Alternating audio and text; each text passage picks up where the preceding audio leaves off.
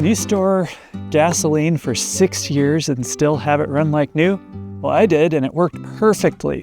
And today I'm going to break down exactly how I did it so you can do it too. You're going to see what kind of drum to get, where to find it, what type of gas you should use, and why a little-known $30 stabilizer could save your entire stash. But heads up, there's one mistake that can make your fuel useless in months. So stick around to make sure that doesn't happen to you. The Ready Life. Into the country. Hey, it's Nick with The Ready Life, where you're going to learn how to become as independent as possible for your basic necessities like water, food, heat, and power. And I became a believer in using good fuel storage techniques back when we stored several drums of gas for my grandmother and then forgot about it for 6 years. Then one day my aunt stumbled on these drums and figured she ought to use them. So she pumped the gas into her car and it ran great. So here are the tips that we've picked up from this experience and from years of fuel storage since then. If you're just doing 10 gallons at a time, the easiest method is rotating 5-gallon containers every 3 to 6 months. Pour one into your car when it's low, refill it, rinse and repeat. Most of you are probably going to be using 5-gallon fuel containers just because they're easy to use. These are my favorite by far, the no-spill containers. They're super easy to use, push button. They seal up tight. They're tough as nails. I've been using some of these for I don't even know how many years. But for large volumes, you're going to want a 55-gallon drum that's made out of steel or even something larger. Look for one that's previously held oil or hydraulic fluid. No rust, just oil residue. Facebook Marketplace or a local oil distributor are great resources. Larger containers help keep the temperatures more stable and reduce fluctuations that degrade the fuel. And drums are easier to move than a big 300-gallon tank. You want to make sure that your tanks are topped off as much as possible, not overfilled, but topped off, because the more airspace there is in there, the more potential for condensation, and that means water in your fuel, and that is not good. But when it comes to the actual fuel, try to find non-ethanol gas. Ethanol absorbs water over time and causes all kinds of problems, especially in small engines. If you have trouble finding any, there's a link in the description to a site that helps you locate gas stations with non-ethanol fuel. With small engines especially, we use non-ethanol. It's more expensive, but it's totally worth it. For one thing, at least as far as it affects fuel storage, ethanol absorbs far more moisture than gasoline does. And so if you're having fuel that's sitting around for years, over time, that ethanol is going to potentially introduce more and more moisture into your fuel, which is not going to be helpful from a fuel storage standpoint. And by the way, ethanol doesn't bond well with two-stroke oil either, which can reduce lubrication in those engines.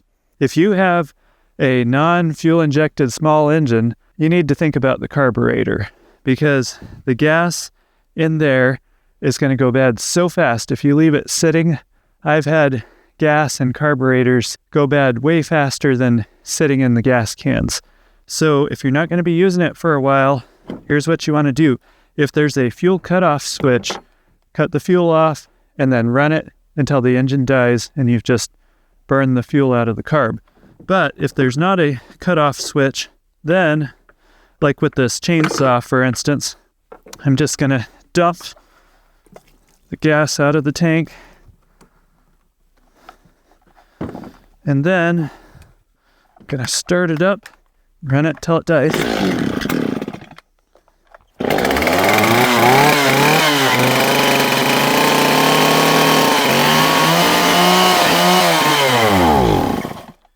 Okay, now we've burned the gas out of the engine. And if you want to, you can fill it back up, because I know some folks have concerns about leaving it completely empty, but we're good for storage now. Another thing you want to do is add a good fuel stabilizer to any fuel that you're wanting to store. It's super important, and this is the best stuff that I know of, PRI-G for gasoline. They also make PRI-D for diesel. It's industrial grade stuff. We have used it personally for like 25 years or more. They claim that if you treat the fuel once a year with this stuff, that it will keep indefinitely.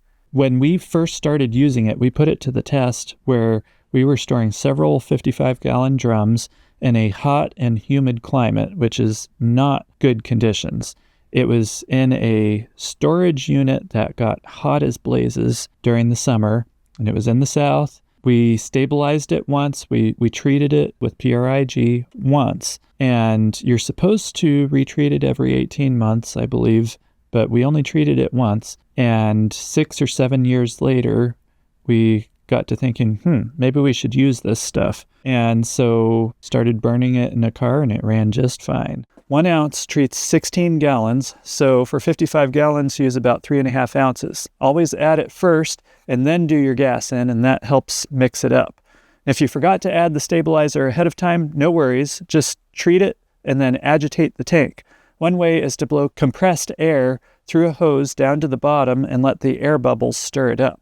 Now, quick heads up, if you want to try PRI-G yourself, we've linked to it down below in the description. That's the same stuff that we've trusted for 25 years, and it's made our 6-year-old gas run like it was fresh. Check it out in the link below. What if I have some gas that's been sitting around for a little while and it's probably gone bad? Can the PRI stuff, I don't know, can it help with anything like that? That is one area that I don't have personal experience with. The company claims that you can. In fact, they say that they've gone out to junkyards and gotten fuel that was like 10 or 15 years old and treated it with PRI, and they claim that it brought it back to within specs where you could actually use it. Wow. Okay. Which is pretty impressive, but I can't vouch for that myself because I haven't tried that and don't have any desire to. As far as where to store your fuel tank, pick an open air spot that's out of the weather but not enclosed. No basements or garages.